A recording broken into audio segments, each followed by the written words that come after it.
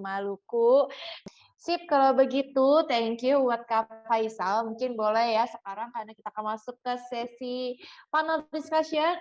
Oke, kalau begitu kita akan mungkin akan mengajukan beberapa pertanyaan sembari menunggu pertanyaan teman-teman ya. Oke, bagaimana nih agar perekonomian yang ada di Maluku tetap berjalan lancar ya dalam bidang pariwisata yang pastinya, walaupun jumlah turis berkurang karena COVID.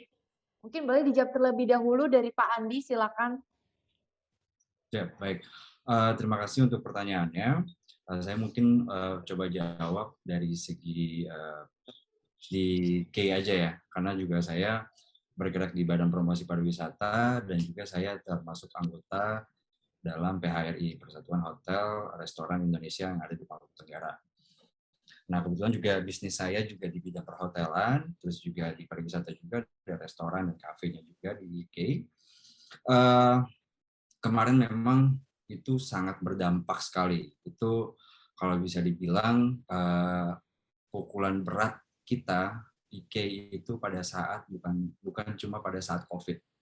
Pada saat 2019 teman-teman mungkin bisa tahu waktu itu terjadi kenaikan harga tiket yang sangat drastis 2019 awal. Kalau teman-teman masih ingat, jadi itu dulu kalau sebenarnya wisatawan ke K itu cuma dari Jakarta ke K itu bisa 1,7, paling mahal itu 2,2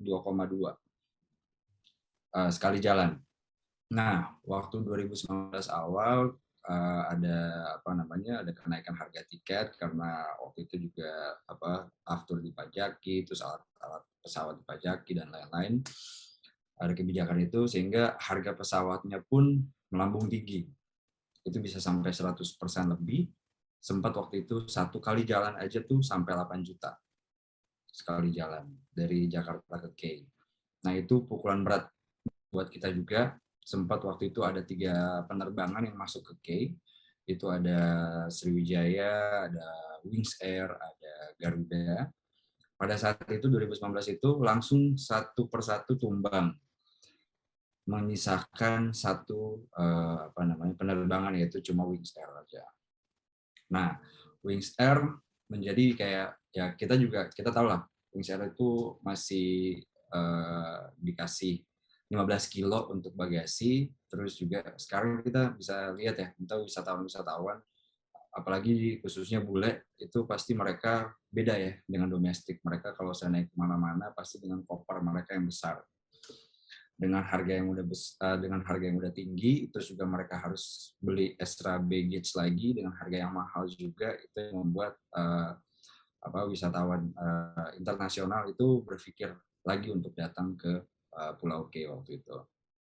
Nah, datang lagi COVID tahun 2020. Wah, itu betul-betul pukulan terberat pada wisata khususnya.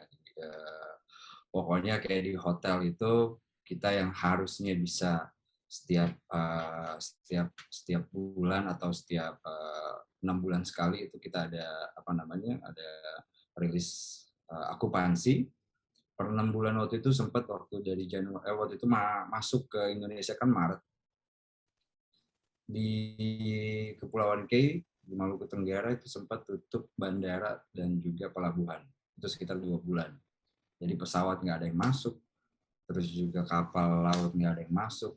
Jadi betul-betul zero akupansi. Jadi kamar hotel nggak ada, kosong. Karyawan kita yang tadinya 28, sisa 3 orang. Jadi betul-betul itu untuk recovery-nya juga kan pasti lama. Di pariwisata terdampak pertama dan juga recovery-nya paling terakhir untuk pariwisata. Jadi pas sudah mulai lenggang waktu tahun 2020 akhir, mulai September, Oktober, itu belum Delta belum masuk. Itu sudah mulai, wah kita kira ini udah agak enak nih, bisa bisa making money gitu. Terus kita udah hire lagi karyawan-karyawan, kita rumahkan, tapi belum semuanya. Terus tiba-tiba bulan Februari 2021 Delta masuk. Nah, pas Delta masuk itu lebih parah lagi. Jadi memang 3 kali pukulan berat untuk pariwisata yang ada di Maluku Tenggara. Nah, kita terus ngasih semangat buat teman-teman dari pelaku-pelaku pariwisata yang ada di Maluku Tenggara. Terus juga tahun 2020 akhir itu ada program dari Kementerian Pariwisata dan Ekonomi Kreatif, yaitu tentang desa wisata. Jadi pemerintah daerah menginstruksikan kepada dinas pariwisata, dan juga dinas pariwisata bekerjasama dengan Badan Promosi Pariwisata untuk sosialisasi dan mengembangkan desa wisata yang ada di Maluku Tenggara. Nah, kemarin kita fokus ke beberapa desa wisata yang ada di Maluku Tenggara. Alhamdulillah masuk 300 besar, terus habis itu 100 besar, dan akhirnya 50 besar. Nah, sempat waktu itu di 300 besar kita masuk ada sekitar 3 desa wisata yang masuk dalam 300 besar. Pas 100 besar kita masuk 2. Itu ada satu perwakilan dari K kecil dan juga satu perwakilan di K besar. Nah, terus pas 50 besar itu ada Ngurblot, yaitu di Nilngov, desa wisata Nilngov. Nah, dengan itu semangat pelaku-pelaku wisata yang ada di Maluku Tenggara khususnya itu mereka ada gairah lagi dengan melihat, wah, Pak Sandi udah datang, terus ada perhatian khusus dari kementerian, terus juga ada komunikasi yang betul-betul intens dari dinas pariwisata ke masyarakat, terus juga dari kepala daerahnya sendiri, Pak Bupati itu juga konsen gimana mengembangkan pariwisata nanti ke depannya seperti apa, dengan melihat aspek-aspek yang betul-betul bisa dikembangkan, seperti kayak kawasan ekonomi khusus, itu juga insya Allah tahun 2022 nanti itu sudah mulai sudah mulai digarap, walaupun belum semua, tetapi perlahan, karena mengingat juga jumlah APBD yang tidak terlalu banyak, dan mungkin dengan adanya perhatian dari pemerintah pusat, dari kementerian, itu kita bisa sama-sama maju lah. Untuk pelaku pariwisata sendiri pasca pandemi ini, mereka terus menyesuaikan di tempat-tempat wisata, bagaimana caranya mereka harus menyesuaikan protokol-protokol kesehatan, tetap mengingatkan wisatawan yang datang. Terus juga kita di hotel dengan instruksi tidak boleh kapasitasnya terlalu banyak. Terus juga harus ada alat-alat yang harus disiapkan demi menjaga protokol kesehatan yang terus berjalan dengan baik, sehingga ada penilaian juga dari Kemenpar bahwa hotel atau tempat-tempat wisata yang ada di Maluku Tenggara itu aman, sehingga wisatawan yang tadinya di luar itu mereka bisa yakin untuk datang ke Maluku Tenggara. Mungkin ya, maaf penjelasannya panjang. Mungkin itu aja sih. Makasih. Oke, baik. Terima kasih untuk jawabannya Pak Andi. Mungkin dari Pak Faisal ada tambahan? Kayaknya udah ya, tadi Fani kayaknya udah jelasin, udah cukup lengkap gitu. Udah cukup lengkap ya. Oke, wah ini mulai ada pertanyaan dari teman-teman, tapi nggak apa-apa, kita masih menunggu biar sekaligus kita ajuin banyak ya kepada para narasumber kita. Jadi buat teman-teman, boleh silakan kita kepo-kepoin Maluku sepuas-puasnya ya. Kebetulan biar ada Pak Faisal, ada Pak Andi juga, biar kita bisa bertanya sekaligus jalan online, kita lebih tahu bagaimana kondisi yang ada di Maluku ya. Oke, kalau begitu saya ingin mengajukan pertanyaan sekali lagi ya. Oke, saya mau tahu sih apa aja ya produk unggulan dari masyarakat Maluku yang potensial untuk menunjang tourism, dan apa aja sih yang sudah dilakukan dari pihak UMKM-nya? Mungkin boleh dibantu jawab dari Pak Faisal terlebih dahulu, silakan. Oke, jadi kalau misalnya ngomongin produk itu ada 2 ya, produk konsumsi dan produk non konsumsi. Jadi, produk konsumsi itu seperti makanan, kemudian, minuman, dan yang kita konsumsi sehari-hari. Kalau tidak salah di di Maluku itu ada berbagai macam produk konsumsi ya yang bisa dijual gitu sebagai oleh-oleh. Nah itu kalau di Ambon sendiri itu ada apa namanya? Ada kayak olahan sagu itu bisa dijadikan oleh-oleh kayak udah kering gitu jadi tahan lama. Kemudian kalau di Pulau Buru itu ada minyak kayu putih. Nah itu juga olahan yang bisa dijadikan apa namanya cenderamata. Sementara produk-produk yang non konsumsi itu kayak hasil seni ya. Contoh tadi kain tanimbar itu bisa banget apa namanya dijadikan komoditas untuk diperjualbelikan biar ekonomi masyarakat itu meningkat. Kayak tadi juga ada patung-patung itu juga bisa banget dijadikan koleksi, dibeli gitu untuk biar masyarakat bisa produksi lagi, biar mereka income-nya bisa nambah. Kayak gitu sih. Kayaknya di waktu saya ke KI juga sering banget di KI itu ada namanya olahan singkong apa ya? Apa Pak Andi? Singkong beracun, embal. Iya, embal. Nah, itu juga sering dijadikan apa namanya? Uh, itu juga sering dijadikan kayak cenderamata, oleh-oleh gitu dari tempatnya. Jadi kalau ngomongin masalah komoditas gitu, yang dijual produk-produk itu bisa apa namanya? Bisa berbagai macam jenisnya dan itu kalau misalnya kita ke suatu tempat kayaknya nggak afdol gitu kalau misalnya kita nggak beli oleh-oleh dari tempat tersebut. Gitu. Oke, baik. Terima kasih untuk jawabannya Pak Faisal. Mungkin ada tambahan dari Pak Andi? Ya, mungkin sedikit aja untuk bicara tentang oleh-oleh atau cenderamata atau kreatif yang bisa dibawa teman-teman apabila berkunjung ke ke Maluku. Kita banyak ya. Kita tahu kayak tadi juga sudah jelaskan kayak kacang-kacang botol itu juga unik sebenarnya. Di daerah-daerah lain mereka kemas pakai apa namanya? Pakai kayak plastik itu yang ya kalau di Maluku ini unik. Mereka taruhnya di botol. Itu rasanya juga gurih, enak. Terus juga untuk apa namanya untuk minyak kayu putih. Nah, minyak kayu putih ini yang punyanya Maluku, khas Maluku, itu bisa dibedakan dengan khasiatnya dengan minyak kayu putih yang lain yang ada dijual di pasaran. Contohnya gini, kayak kita ke pesawat, kalau kita naik pesawat, kalau seandainya di pesawat kan biasanya ibu-ibu kalau nggak mau masuk angin atau apa gitu kan mereka pakai minyak kayu putih kan. Nah, minyak kayu putih yang biasa di pasar, biasanya kalau seandainya mereka pakai paling lama 5 menit 10 menit tuh hilang baunya.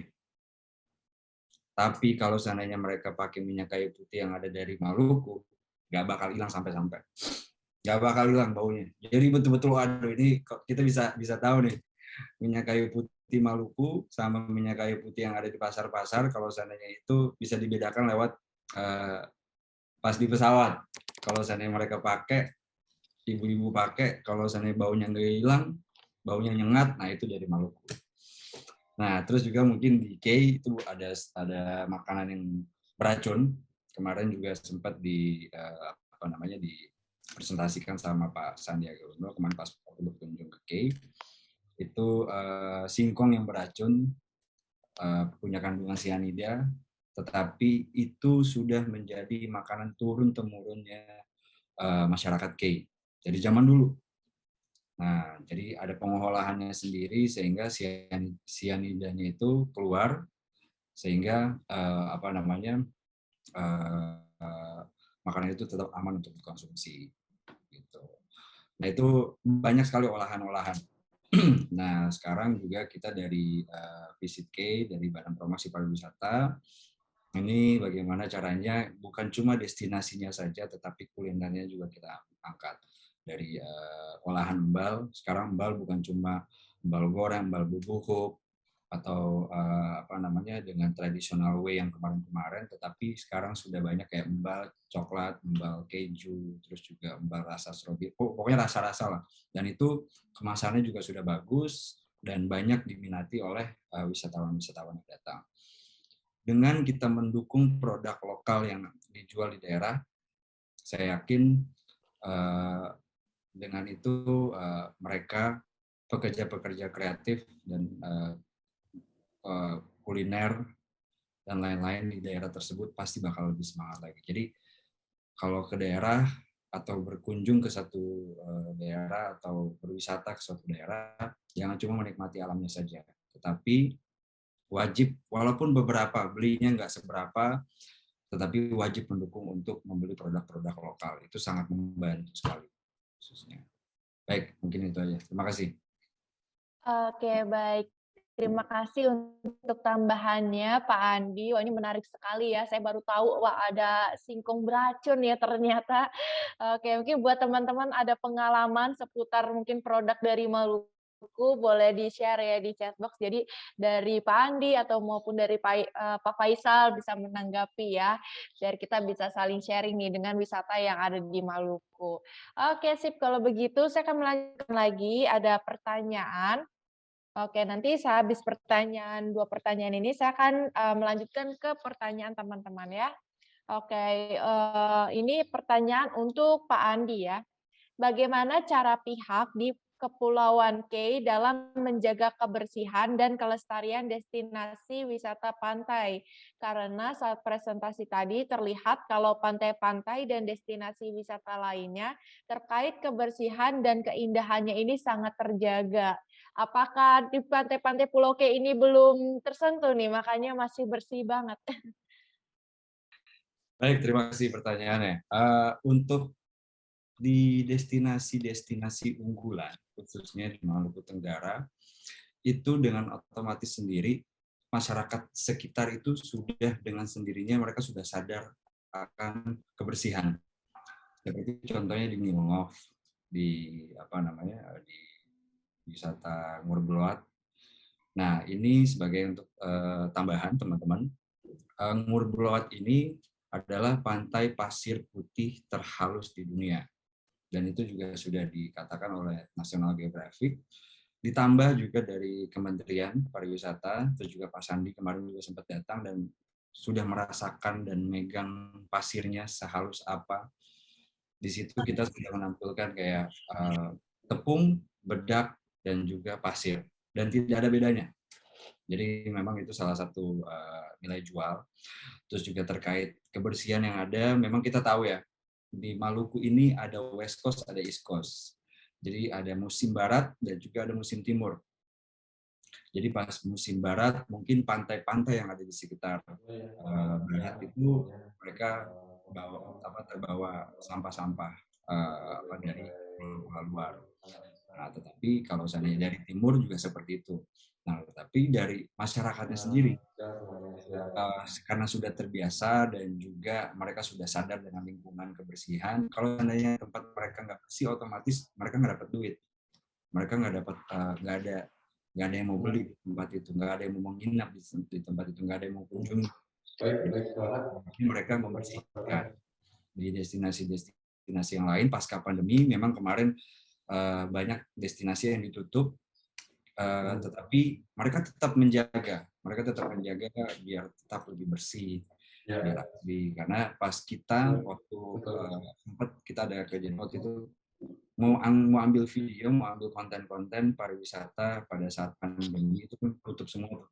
Pas kita ke sana tetap bersih, masyarakatnya tetap membersihkan, mereka tetap walaupun nggak setiap hari ya rutinitas mereka itu waktu saat pandemi, tapi menurut kita wah ini pandemi bersih gitu, apalagi pada saat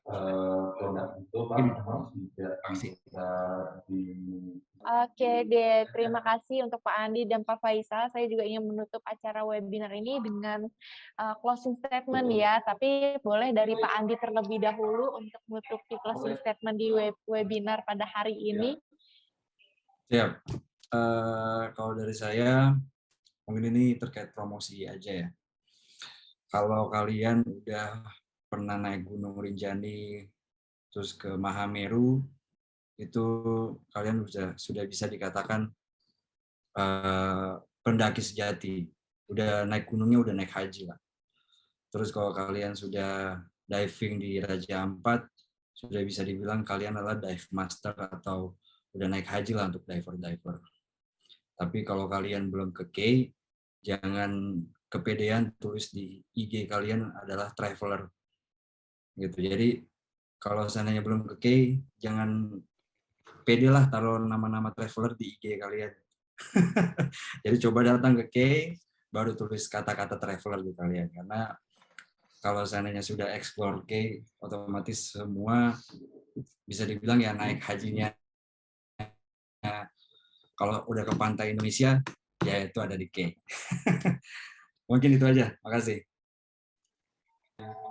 Oke, terima kasih untuk Pak Andi. Akhir kata kami ingin mengucapkan terima kasih banyak untuk para panelis yang sudah menyempatkan waktunya pada hari ini. Kepada Pak Faisal, kepada Pak Andi, saya mengucapkan terima kasih ya. Dan juga terima kasih kepada media partner kita, yaitu Media Event. Baik, dari saya Cynthia Lorenes, sampai jumpa. Terima kasih semuanya.